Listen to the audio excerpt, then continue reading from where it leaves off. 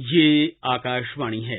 प्रस्तुत है कार्यक्रम सुर्खियों में। इसके अंतर्गत आज सुनिए प्रधानमंत्री द्वारा स्वच्छ भारत मिशन शहरी और मिशन अमृत के दूसरे चरण की शुरुआत पर चर्चा।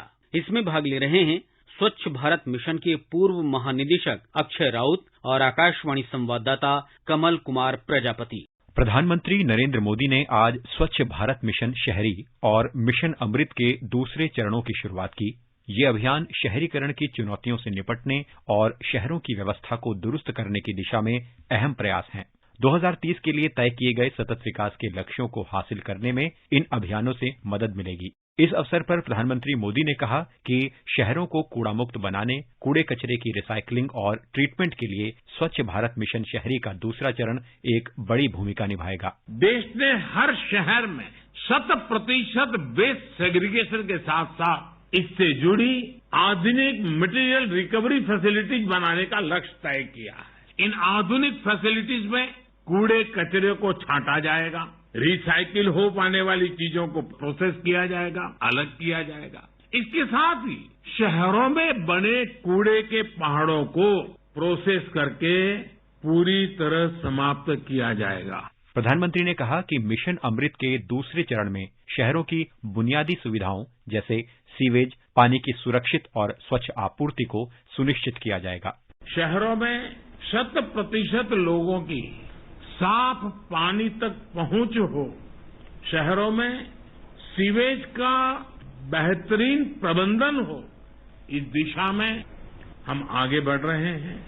मिशन अमृत के अगले चरण में देश का लक्ष्य है सीवेज और सेप्टिक मैनेजमेंट बढ़ाना, अपने शहरों को वाटर सिक्योर सिटीज बनाना और ये सुनिश्चित करना कि हमारी नदियों में कहीं पर भी कोई गंदा नाला न गिरे। इस विषय पर चर्चा के लिए हमारे साथ कार्यक्रम में जुड़ रहे हैं पूर्व महानिदेशक स्वच्छ भारत मिशन श्री अक्षय राउत।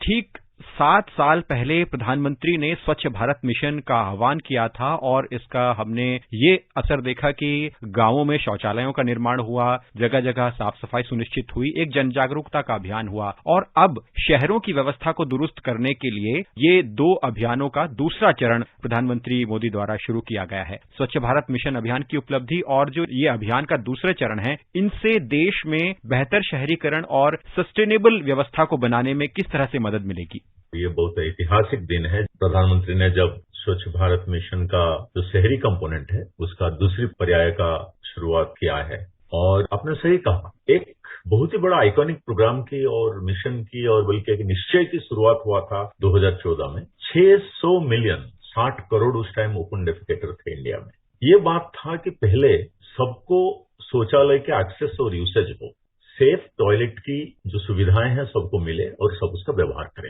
ये तो बहुत बड़ा पड़ाव था, ये पूरी कर दिया गया। 2019 तक उसका था। 2019 में इस काम को जितना राज्य हैं, जितना जिले हैं, सब अपने आप को ODF यानी कि ओपन डेफिकेशन फ्री, खुले शौच से मुक्त डिक्लेयर किया। शहर में भी इसका काम चल रहा था और करीब करीब 60-70 lakh toilet, house hold latrine जिसको बोलते हैं, वो बनाया गया क्योंकि वहां इतना जरूरत था। रूरल क्षेत्र जो है वो बहुत बड़ा है, उसमें ज्यादा जरूरतें थी। लेकिन शहर में मुख्य जो समस्याएं थी उसमें था कि solid waste management. Liquid waste management का थोड़ी बाद में समय आया, लेकिन पहले था कि सॉलिड वेस्ट मैनेजमेंट। एक तो पब्लिक टॉयलेट का कंपोनेंट था और एक सॉलिड वेस्ट मैनेजमेंट था, चाहे वो फीकल स्लज हो या जो जनरेट होता है वेस्ट रोज, जिसका कि आंकलन ऐसे हुआ कि 1,30,000 टन ये हुआ है, उसको कैसे निपटाया जाए, नहीं तो जहर से फैलता है। हमारे कई सारे शहरों में लेगेसी डंप्स जिसको बोलते हैं या लैंडफिल्स जिसको बोलते हैं, जो वेस्ट से बना हुआ है, पहाड़ जैसा, वो खड़ा हुआ है। कितना बड़ा मुसीबत है। जैसे हम लोग स्वच्छ भारत में काम करते थे, टॉयलेट बन रहा था, लेकिन लोग बता रहे थे क्या टॉयलेट बना रहे हो, ये तो देखो यहाँ तो गली में कितना कूड़े जमा है, वहां तो कितना कूड़ा जमा है, यहाँ तो गंदगी है। ये सारे जो है ये एक शहरी समस्या है खास करके, तो इस पर काम हो रहा था और उसी का नतीजा ये है आज की तारीख में, जैसे आज प्रधानमंत्री ने भी उसका जिक्र किया कि 1 लाख टन की जो वेस्ट है उसका निपटान हो रहा है। 70%, उस टाइम 18% का निपटान हो रहा था जब इसका शुरुआत हुआ 2014 में, लेकिन अभी 70% जो कचरा है उसका निपटान होता है। फिर ये जो लेगेसी वेस्ट जो लैंडफिल से जो कई हजार एकड़ के ऊपर लगा हुआ है, हमारा जमीन है उसके अंदर डूब गया है, उसको निकालना पड़ेगा, लिबरेट करना पड़ेगा।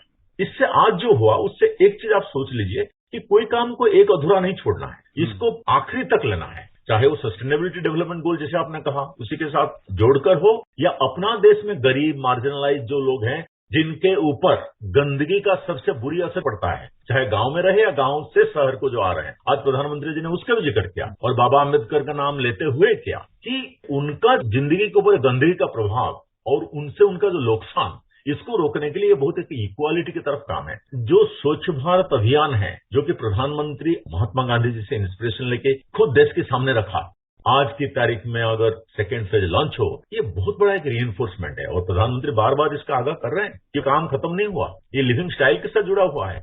आने वाले दिनों में शहरी इलाके में तवज्जो रहेगा वो है कि संपूर्ण गार्बेज मुक्त शहर होगा। मुझे लग रहा है कि अगले 3-5 साल में हम इसको देखेंगे, जबकि हिंदुस्तान की आबादी धीरे धीरे शहरीकरण की तरफ जा रहा है, जब ऑर्गेनाइजेशन इज इरिवर्सिबल और उससे प्रोग्रेस हो रहा है, उससे लोगों को अच्छे से प्रॉस्पेरिटी मिल रहा है, उसको लोगों को पर कैपिटा बढ़ रहा है, लेकिन उसके जो फेस होगा वो है सैनिटेशन होगा, अर्बन सैनिटेशन, गार्बेज फ्री होगा, वाटर सिक्योरिटी रहेगा।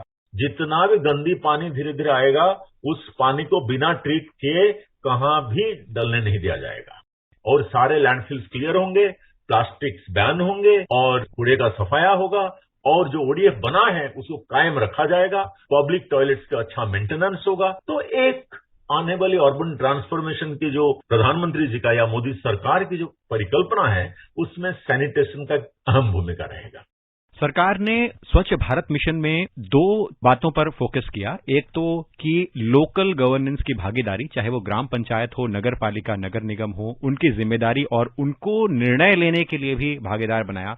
दूसरा, जन भागीदारी, यानी लोग मिलकर इस अभियान को सफल बनाएं। इस मामले में जो आज अभियान का दूसरा चरण शुरू हुआ है उसमें किस तरह से ये भूमिका निभाएंगे, और पहले आपके अनुभव हम जानना चाहेंगे स्वच्छ भारत मिशन में जन भागीदारी और लोकल गवर्नेंस ने कैसे एक बड़ा रोल अदा किया है। स्वच्छ भारत की शुरुआत के प्रियम्बल ये रहा है कि ये सरकारी कार्यक्रम नहीं है, लोगों की है, लोगों के हाथ में दे दिया गया, कानून बनता गया, लोग जुड़ते गए। यही है इसका मैजिक।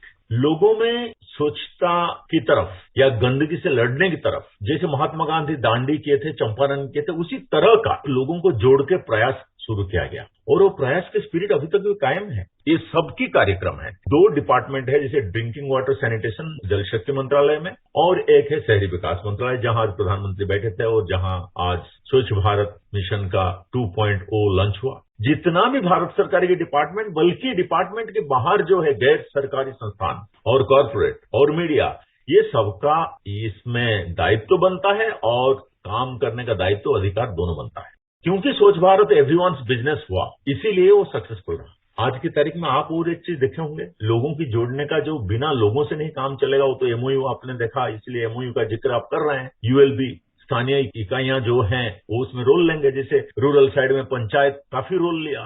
लेकिन एक बड़ी चीज मेरे को बोलना बहुत जरूरी है, जो सैनिटेशन वर्कर है, अभी 2 दिन एक बड़ा मुहिम चल रहा है कि उनको फेलिसिटेट किया जाए, एक भी कोई नहीं छूटे, सबको एक एक करके फेलिसिटेट किया जाए। ये भी लोगों को जोड़ने का एक बहुत बड़ा तरीका है। चाहे लोगों से टेक्नोलॉजी सोर्स किया जाए, लोगों को एक साथ जुड़ के कोई आईसी कैंपेन किया जाए, या कोई निर्माण चल रहा है, मेंटेनेंस कर रहा है, या कोई ऐप बना के उनके फीडबैक लिया जाए कि ये सैनिटेशन सिस्टम कैसे काम कर रहा है। बहुत अच्छी दिन है आज, और कल तो स्वच्छ भारत दिवस की एनिवर्सरी है और ये सबको थोड़ी सी फिर इलेक्ट्रीफाई कर देगा। जिस तरह से ये अभियान एक जन आंदोलन की तरह अब पूरे देश भर में चल रहे हैं और व्यवहार परिवर्तन के स्तर पर और सरकार के अनेक योजनाओं के स्तर पर इन अभियानों को और प्रगति दी जा रही है, उससे उम्मीद है कि आने वाले सालों में हम जिस तरह से अब व्यवस्थाओं को बेहतर होते हुए देख रहे हैं, स्वच्छता को और ज्यादा पुख्ता होते हुए देख रहे हैं, उसमें और प्रगति आएगी। आप कार्यक्रम में जुड़े और आपने अपने अनुभव साझा किए, विषय का विश्लेषण किया।